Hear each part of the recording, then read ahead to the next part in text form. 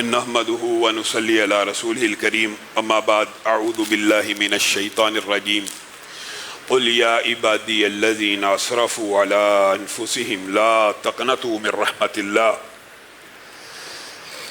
اس آیت کے شان نزول میں مفسرین نے یہ واقعہ بیان کیا ہے کہ وہ قریش مکہ کے بڑے بڑے بوڑھے خمیدہ کمروں والوں جنہوں نے ساری زندگی گناہوں میں گزاری تھی، رسول اللہ صلی اللہ علیہ وسلم کی بارگاہ میں آ کے کہنے لگے اے اللہ کے رسول، ہمارے اتنے ڈھیروں گناہ ہیں، کیسے معاف ہوں گے؟ تو رسول اللہ صلی اللہ علیہ وسلم نے ان کو یہ آیت پڑھ کے سنائی تھی کہ قل یا عبادی الذین اسرفوا علی انفسہم لا تقنطوا من رحمت اللہ۔ اللہ رب العزت کی رحمت سے مایوس نہیں ہونا، نا امید نہیں ہونا، اور رسول اللہ صلی اللہ علیہ وسلم اس آیت مبارکہ کے ملنے کی خوشی کا اظہار کیا کرتے تھے کہ مجھے قرآن پاک میں اور بھی صورتیں عطا کی، لیکن جو خوشی جو مسرت اس آیت کے ملنے پہ ہوئی دیگر آیات پہ وہ مسرت نہ ہوئی۔ اور اسی آیت کی تفسیر میں مفسرین نے آدم اور ابلیس کا اللہ رب العزت سے ایک مکالمہ بھی ذکر کیا ہے۔ عبداللہ ابن عمیر کی حدیث کے اندر یہ بات موجود ہے، اور مفسرین جب کسی آیت کو بیان کرتے ہیں، اس کا شان نزول بیان کرتے ہیں، تو رتب و یابس اس کے بارے میں جو روایات ہوتی ہیں وہ لے آتے ہیں۔ اس روایت کے اندر جب اللہ رب العزت نے ابلیس و آدم کے سارے واقعے کے بعد ابلیس کو جنت سے نکال دیا، راندہ درگاہ ہو گیا، تکبر کیا، تو ابلیس کہنے لگا آدم کی وجہ سے مجھے جنت میں سے نکالا گیا ہے، اے اللہ آپ نے اس آدم کی وجہ سے مجھے جنت سے نکال دیا، اگر آپ مجھے اس کے اوپر غلبہ عنایت نہ کریں گے تو میں تو بالکل ہی خائب و حاصر ہو جاؤں گا، مجھے کچھ تو دیجئے، پھر میں آپ کو دکھاؤں گا کہ میں بھی جس کی وجہ سے مجھے جنت سے نکالا میں بھی اس کو جنت سے نکلوا دوں گا، مجھے کچھ عطا کیجئے۔ اللہ رب العزت نے کہا میں تجھے اس کے اوپر غلبہ ایسا عطا کرتا ہوں کہ تو اس کو دل کے اندر، دماغ کے اندر، خیالات کے اندر وسوسہ ڈال سکتا ہے، مزید عطا کیجئے، تو خون کے اندر بھی چل سکتا ہے، مزید عطا کیجئے، تو اپنے پیادوں اور شہ سواروں کے ساتھ اس کے اوپر چڑھ دوڑ سکتا ہے، مزید عطا کیجئے۔ آدم اکیلا ہے، میں اکیلا ہوں، آدم کی اولاد ہونی ہے، مجھے اور عطا کیجئے۔ تو اللہ رب العزت نے کہا ٹھیک ہے، آدم کی جتنی بھی اولاد ہوگی اس کے ساتھ تیری ہی صفات والا، تیری ہی فطرت والا ایک شیطان اور کرین کو بھی پیدا کیا جائے گا۔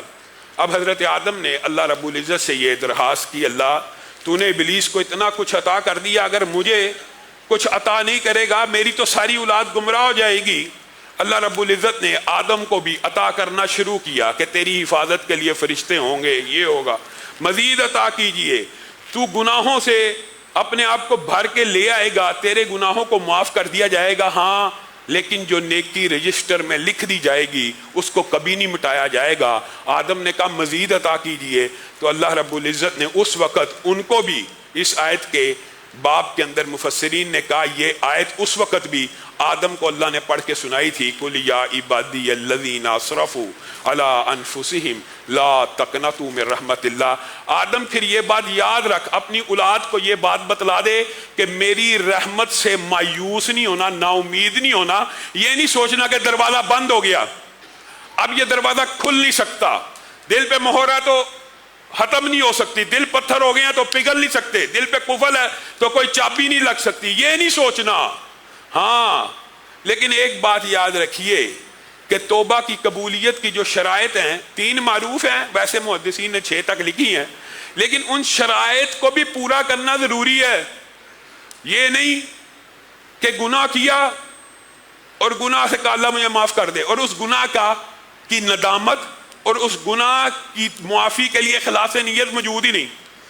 گناہ کی ندامت ہونا ضروری ہے، گناہ کی توبہ تب قبول ہوتی ہے۔ پہلی بات ندامت ہو، افسوس ہو، شرمندگی ہو، اس کے اوپر نادم ہے، ٹھیک ہے اب توبہ کر، اخلاص ہے، ٹھیک ہے اب توبہ کر۔ پھر دوسری بات یہ ہے کہ اس گناہ کو چھوڑنا ہے، یہ نہیں کہ گناہ جاری ہے اور اللہ سے توبہ کرتا جا رہا ہے، اللہ معاف کر دے، داڑھی کٹواتا ہوں اللہ معاف کر دے، اگلے دن بھی کٹوا رہا ہے، اللہ داڑھی کٹواتا ہوں معاف کر دے، پھر کٹوا رہا ہے، یہ توبہ نہیں ہے۔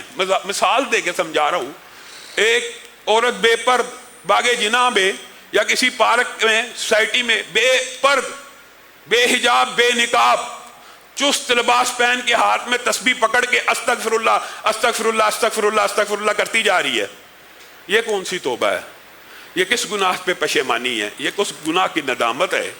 اگر تجھے اپنے دل کے اندر رب کا خوف موجود ہے اور بے پردگی کا احساس تیرے دل میں ابھر آیا ہے تو پہلے پردہ شروع کر، اس گناہ کو چھوڑ۔ یہ کیا بات ہوئی؟ مثال دے رہا ہوں، انسان نے کو سمجھ آئی کہ شراب پینا بڑا گناہ ہے، ٹھیک ہے استغفر اللہ بڑا گناہ، اللہ معاف کرے معاف کرے، ساتھ ہی شراب کا گلاس پی رہا۔ یہ عام ایمانداری سے بتائیے یہ گناہ سے توبہ ہے؟ یہ تو اللہ رب العزت کے ساتھ مذاق کرنے والی بات ہے، ٹھٹھا کرنے والی بات ہے۔ یہ توبہ کا کون سا طریقہ جو ہمارے معاشرے میں رائج ہو گیا ہے؟ کسی کو کہا جائے یہ گناہ ہے، اللہ مجھے معاف کرے اللہ مجھے معاف، 1 منٹ بعد وہی گناہ شروع کر دیتا ہے، 1 منٹ کے بعد 1 سیکنڈ کے بعد وہی گناہ شروع کر دیتا ہے۔ مثال دے رہا ہوں، کسی کے فہم اور شعور میں یہ بات آ گئی ہے کہ داڑھی کٹوانا گناہ ہے، داڑھی منڈوانا گناہ ہے، آ گئی ہے اللہ مجھے معاف کرے، صبح اٹھ کے پھر شیو کر رہا ہے۔ یہ بھائیو گناہوں سے توبہ کوئی نہیں۔ اور تیسری بات یہ ہے کہ جس گناہ سے توبہ کی ہے اس گناہ کو نہ ایک تو چھوڑنا ہے، اس گناہ کو نہ کرنے کا ہمیشہ کے لیے مصمم ارادہ ہے۔ ارادہ ضروری ہے۔ اگر اس نیت پہ توبہ کی ہے اللہ میرا یہ گناہ معاف کر دے، اور نیت یہ ہے یہ گناہ معاف کروا کے کل کو یہ گناہ کر لوں گا، ایسی توبہ قبول نہیں ہوتی۔ اگر نیت یہ ہے اللہ میرا یہ گناہ معاف کر دے، میں مرتے دم تک یہ گناہ نہیں کروں گا، کوشش کروں گا، پھر توبہ قبول ہو جاتی ہے۔ اگر دل میں یہ بھی خیال ہو نا اللہ پوری کوشش کروں گا پھر بھی توبہ قبول ہو جاتی ہے۔ اللہ فلاں گناہ کیا تھا، غیر محرم پہ نظر ڈل گئی تھی، اللہ آج تک جتنی دفعہ غیر محرموں پہ نظر پڑی ہے اللہ مجھے معاف کر دے، اور دل میں یہ ارادہ ہے کہ جب تک زندہ رہوں گا غیر محرم کے چہرے کا طواف نہیں کریں گی یہ نظریں یہ نگاہیں۔ رسول اللہ کا کلمہ پڑھا ہے، ان کے کہنے کے مطابق ان کے حکم کے مطابق اب یہ نظریں جھکی رہیں گی، کب تک؟ جب تک مرنا نہیں ہے۔ پھر یہ توبہ قبول ہے، پھر یہ توبہ قبول ہے۔ لیکن یہ کون سی توبہ ہے؟ ٹی وی لگایا ہوا ہے، غیر محرم دیکھ رہا ہے، کوئی برا سین آ گیا استغفر اللہ لا حول ولا قوت الا باللہ، اور دیکھتا چلا جا رہا ہے، بے ایمان دیکھتا بھی چلا جا رہا ہے اور سمجھ رہا ہے کہ میری توبہ قبول ہو رہی ہے۔ یہ کوئی توبہ نہیں ہے، یہ اللہ رب العزت کے ساتھ مذاق ہے۔ گناہ کو چھوڑنا بھی ہے اور ارادہ یہ کرنا میں نے یہ گناہ ساری زندگی دوبارہ نہیں کرنا۔ جب یہ ارادہ کرے گا تو توبہ قبول ہو جائے گی، پھر اگر گناہ ہو جائے غلطی سے پھر بھی معاف ہے، لیکن نیت تب بھی یہ ہوگی کہ میں دوبارہ نہیں کروں گا۔ اور اس کے اندر جو آخری اہم بات ہے وہ یہ ہے کہ حقوق العباد کے جو گناہ ہیں، کسی کے پیسے دینے ہیں، کسی کا حق مارا ہوا ہے، اللہ رب العزت سابقہ جن کا حق مارا ہوا وہ معاف کر دے، ان کے پیسے تیرے پاس استطاعت ہے، لٹانا فرض ہے تیرے پاس۔ وہ جو کل آپ کے سامنے بات رکھی ہے وہ اس کے لیے جس کے پاس استطاعت ہی نہیں ہے، جو مجبور بے بس بے کس ہو گیا، یا جس کے دینے ہیں وہ ہی نہیں مل رہا، اس کے وارث ہی نہیں مل رہے، اب یہ مجبور ہے، اب یہ اس کے لیے دعائیں کرے گا، اس کے لیے مغفرت کی دعائیں کرے گا۔ حتیٰ کہ محدثین نے تو یہاں تک لکھا جو والدین ناراض دنیا سے چلے جائیں ناراض، تو ان کو منانے کا بھی طریقہ یہی ہے نا، پھر ان کے لیے دعائیں کی جائیں۔ اب وہ تو چلے گئے ہیں، تو توبہ کی قبولیت کے اندر اگر حقوق العباد کا معاملہ ہے، میں آج کے بعد کسی سے دھوکہ نہیں کروں گا، تو کیا یہ توبہ قبول ہو جائے گی؟ یہ توبہ تب قبول ہوگی جن کے ساتھ آج تک دھوکہ کیا ہے ان کے پیسے واپس لوٹا دے، تیری توبہ قبول ہے۔ اگر ان کے پیسے لٹائے بغیر اللہ سے اللہ معاف کرے انسان مذاق کر رہا ہے یا اللہ کو ڈاج کرانے کی کوشش کر رہا ہے، اللہ آج تک جتنا حرام کھا لیا وہ میرا ہے، یہ شریعت کا مزاج نہیں، وہ تیرا نہیں ہے، تمہارے صرف راس المال ہے، جہاں سے شروع کیا تھا حرام سے قبل صرف اتنے کا حق بجانب ہو، اس کے بعد جتنا حرام اکٹھا کیا واپس کرنا ہوگا، لٹانا ہوگا، پھر توبہ قبول ہے، پھر قبول ہے۔ اور توبہ کی قبولیت کی یہی شرائط ہے، ایک گناہوں پہ نادم ہو جائے، ایک اس گناہ کو چھوڑے بھی اور پھر آئندہ نہ کرنے کا مصمم ارادہ کرے، اور اگر حقوق العباد میں سے ہے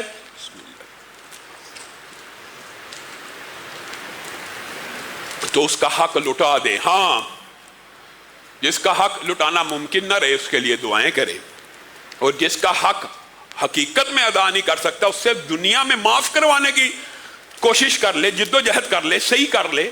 اگر شہداء کا قرضہ معاف نہیں, قرضہ کسی کا حق مارنا بنیادی طور پہ نہیں ہوتا, قرضہ صرف عارضی ادھار لیا ہوتا ہے واپسی کی نیت کے ساتھ. واپسی کی نیت کے ساتھ لیا ہوا قرض بندہ مر جائے تو حساب کتاب معلق ہو جاتا ہے. شہید کا معلق ہے واپسی کی نیت والے پیسے پہ. کھانے کے پیسے کا حساب کیا ہوگا وہ تو ایک الگ باب ہے. واپسی کی نیت کا بھی رسول اللہ صلی اللہ علیہ وسلم صحابہ کو کیا کہا کرتے, چیک کرو اس نے کسی کا حق دینا تو نہیں ہے, اگر دینا ہے تو تم جنازہ پڑھ لو, میں اس کے لیے مغفرت کی دعا نہیں کروں گا, میں نہیں کروں گا, تم پڑھ لو. تو بنیادی طور پہ توبہ کی یہ شرائط ہے.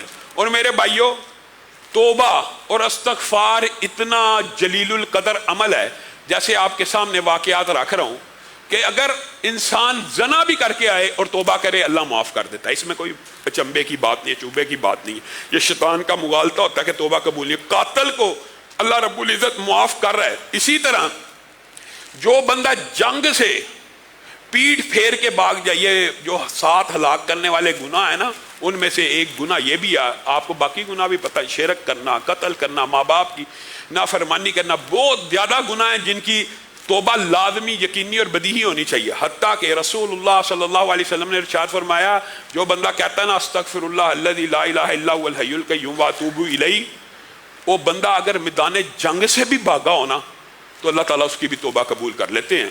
وعلی الثلاثۃ الذین خلفوا حتی اذا ضاقت علیہم الارض, یہ آپ کو پتا قرآن پاک کی آیت ہے 3 صحابہ کے بارے میں, جلیل القدر صحابہ, 2 ان میں سے بدری تھے, 2 بدری تھے.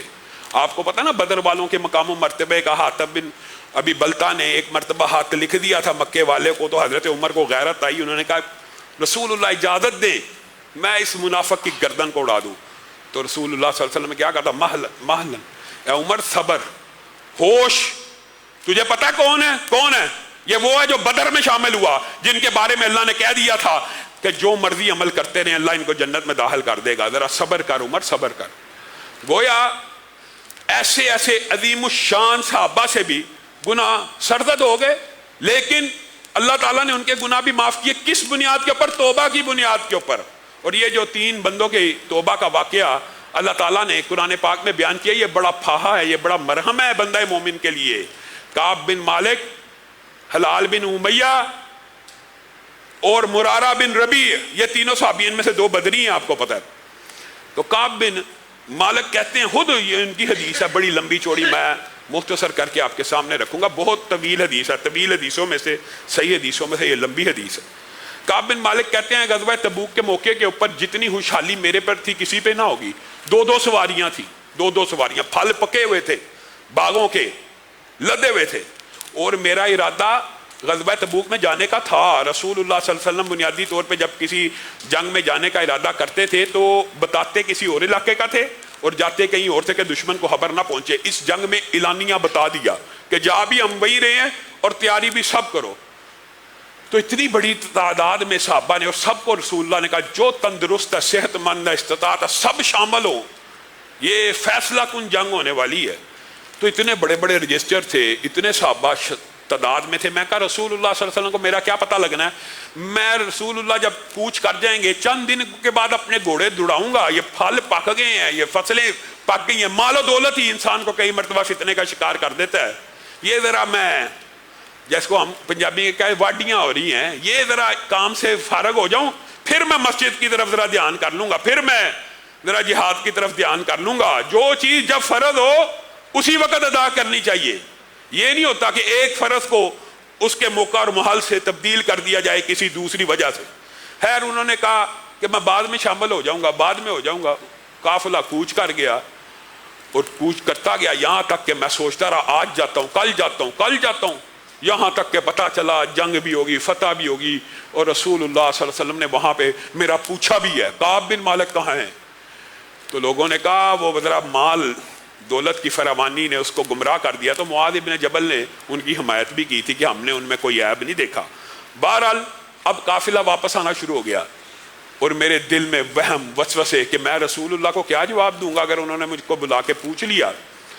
میرے دل میں وسوسے آ رہے ہیں اور میں دیکھ رہا ہوں کہ مدینہ کے اندر صرف منافق، بے ایمان، لاغر، مریض لوگ ہی رہ گئے ہیں، اور میں شرمندگی محسوس کر رہا ہوں. میں نے کتنا بڑا گناہ کر دیا، جنگ سے پیچھے رہ گیا، جہاد سے پیچھے رہ گیا، یعنی میدان جنگ سے پشت پھیر دی. اور میں ان کو دیکھتا تو اپنے اوپر اور شرمندہ ہوتا گیا. اب شرمندگی کے احساسات اور جذبات بڑھتے چلے جا رہے ہیں اور رسول اللہ صلی اللہ علیہ وسلم قریب آ چکے ہیں. اب وہ جو منافق ہیں، جو غلط لوگ ہیں، مریض ہیں وغیرہ، اپنا اپنا رسول اللہ کے پاس ادھر جا کے پیش کر رہے ہیں اور جھوٹ بول رہے ہیں. میں اس وجہ سے نہیں تھا گیا. رسول اللہ ہاتھ اٹھاتے ہیں، اللہ اس کو معاف کر دے، یہ اس وجہ سے نہیں تھا گیا. پھر آتے ہیں، معاف کر دے. وہ آتے جا رہے ہیں جھوٹ بول بول کے نجات پائی جا رہے ہیں. میں بھی رسول اللہ کی بارگاہ میں پیش ہو گیا اور رسول اللہ نے پوچھا، ہاں جی کعب صاحب آپ کیوں نہیں تھے گئے؟ کعب بن مالک کہنے لگے، اللہ کے رسول سچی بات بتاتا ہوں، مال و دولت کی فراوانی تھی، باغ پک چکے تھے، سستی کے علاوہ کوئی عذر نہیں ہے، سستی کے علاوہ کوئی عذر نہیں ہے. رسول اللہ صلی اللہ علیہ وسلم نے ان کا معاملہ معلق کر دیا اور لوگوں نے کہا، کعب تو بے وقوف ہو گیا، یہ جو جھوٹ بول بول کے رسول اللہ کی بارگاہ میں پیش ہوئے ہیں ان کے لیے رسول اللہ نے مغفرت کی دعا کر دی، تو سچ بول کے اپنے آپ کو پھنسا رہا ہے. کہا میرا دل چاہا کہ میں دوبارہ جاؤں اور کوئی عذر بیان کر دوں.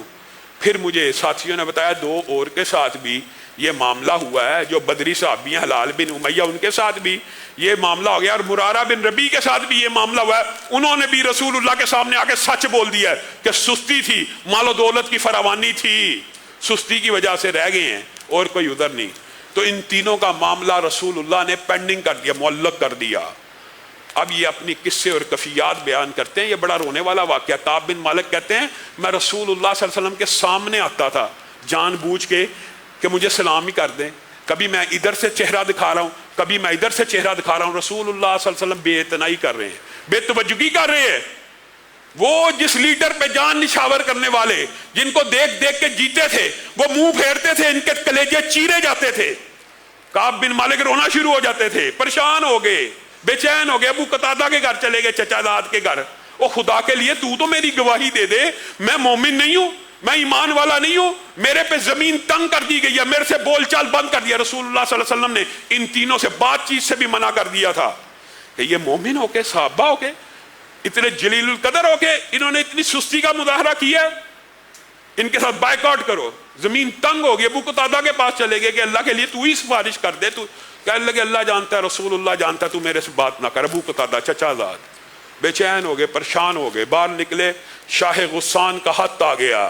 سنا آپ کے مالک نے، آپ کے سردار نے آپ کے ساتھ بڑا ظلم اور زیادتی کی ہے، آپ کے ساتھ بائیکاٹ کر دیا ہے، آپ ہمارے پاس آ جائیں، آپ کو عزت و اکرام دیا جائے گا. کعب بن مالک نے اس خط پہ تھوکا. تھوکنے سے مراد پھاڑ کے پھینک دیا کہ یہ ایک شیطان کا اور فتنہ آ گیا. پہلے پچھلے گناہ معاف نہیں ہو رہے، پھنسا ہوا ہوں، ایک اور آزمائش آ گئی کہ مجھے بادشاہوں کے ہاتھ آنا شروع ہو گئے کہ ہمارے پاس آ جاؤ. رسول اللہ صلی اللہ علیہ وسلم کو چھوڑ کے کہا 40ویں دن رسول اللہ صلی اللہ علیہ وسلم کا قاصد آیا، اپنی بیوی سے علیحدہ ہو جاؤ. بیوی سے علیحدہ کر دیا گیا.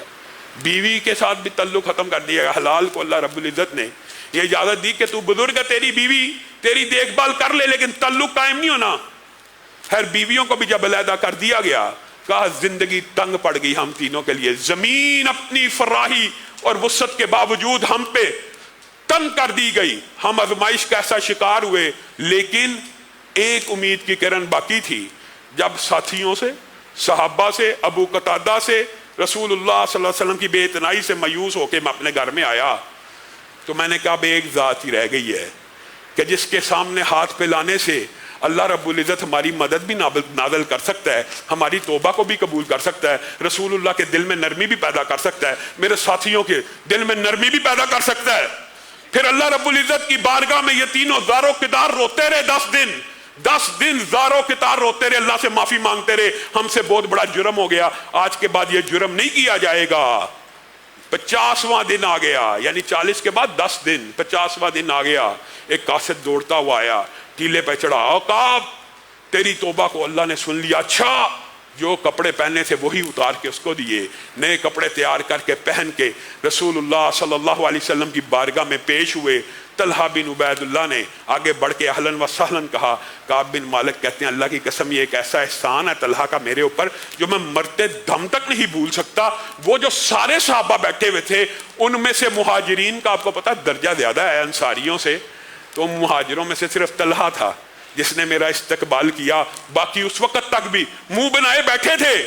رسول اللہ صلی اللہ علیہ وسلم کا چہرہ خوشی سے دمک رہا تھا اور چہرے پہ بشاشت تھی، اور جب رسول اللہ خوش ہوتے تھے تو آپ کا چہرہ اور آپ کے دانت موتیوں کی طرح چمکنا شروع ہو جاتے تھے۔ میں نے اللہ کے رسول سے کہا میری توبہ کی قبولیت کی مجھے خبر مل گئی ہے، کیا آپ نے ہمیں معاف کیا ہے؟ کہا نہیں، آسمان کے رب نے تمہاری برات کی قرآن میں ہمیشہ کے لیے آیتیں نازل کرنی ہیں۔ وَعَلَى الثَّلَاثَةِ الَّذِينَ خُلِّفُوا، ان تینوں کی توبہ بھی اس کے رب نے قبول کر لی۔ میرے بھائیو، کون سا گناہ ایسا باقی رہ گیا ہے جس کی توبہ اللہ رب العزت قبول نہیں کرتا؟ اور آپ حیران رہ جائیں، استغفر اللہ کے حوالے سے بہت سے واقعات ہیں، لیکن ہم نے محدود وقت میں اس کو وائنڈ اپ بھی کرنا ہوتا ہے۔ ایک بات اور بیان کر کے اپنی بات کو ختم کروں گا۔ امام احمد ابن حنبل ایک مرتبہ ایک علاقے میں گئے، اس کی مسجد پہ پہنچے تو مسجد بند ہو چکی تھی۔ مسجد کے باہر ڈیرا ڈال لیا، ایک نان بھائی وہاں سے گزرا، اس نے کہا یہ کوئی بزرگ آدمی بیٹھا ہوا ہے، اس کو ساتھ لے کے اپنے گھر آ گیا۔ امام احمد ابن حنبل کہتے ہیں وہ نان بھائی کو میں نے دیکھا، میری خاطر مدارت اس نے بطور بزرگ، بطور اجنبی، بطور مسافر کی، جو مسلمانوں کے اوپر لازم ہے ایک دوسرے کا احترام کرنا، اکرام کرنا۔ میں دیکھتا ہوں منہ میں کچھ بڑبڑاتا ہے ہر تھوڑی دیر بعد۔ میں نے پوچھا کیا کرتا ہے؟ کہتا میں استغفر اللہ پڑھتا رہتا ہوں، استغفر اللہ استغفر اللہ استغفر اللہ۔ میرے بھائیو، استغفر اللہ صرف توبہ کے الفاظ نہیں ہیں، اس کے فضائل و برکات اس قدر زیادہ ہیں کہ آپ حیران رہ جائیں۔ انشاءاللہ کل کچھ اس والے سے گفتگو بھی کریں گے، لیکن یہاں پہ دیکھیں میں منہ میں استغفر اللہ پڑھتا رہتا ہوں۔ کیا کبھی استغفر اللہ کا کوئی نتیجہ بھی دیکھا ہے؟ اب بزرگ تو مسافر ہے، میں تجھے کیا کیا نتیجے بتاؤں۔ میں نے جب سے یہ وظیفہ منہ پہ چڑھایا ہے، چلتے پھرتے زندگی کے اندر جب بھی یہ پڑھ کے رب سے دعا کرتا ہوں وہ دعا قبول ہو جاتی ہے، اسی وقت قبول ہو جاتی ہے۔ اچھا اتنا مجرب ہے، کہا دنیا کے اندر جب سے کوئی دعا کی ہے ایسی ایک دعا بھی نہیں جو قبول نہ ہوئی ہو۔ اچھا ایک دعا رہتی ہے، اب کیوں پڑھتا ہے؟ ایک دعا رہتی ہے، اسی لیے اب پڑھتا رہتا ہوں کہ شاید اللہ وہ بھی قبول کر دے، اور مجھے یقین ہے قبول کر دے گا۔ کیا دعا ہے تیری؟ کہا میری دعا ہے کہ زمین کی پشت کے اوپر حدیث کا سب سے بڑا امام احمد ابن حنبل کبھی اس کا دیدار ہو جائے، کبھی اس سے ملاقات ہو جائے۔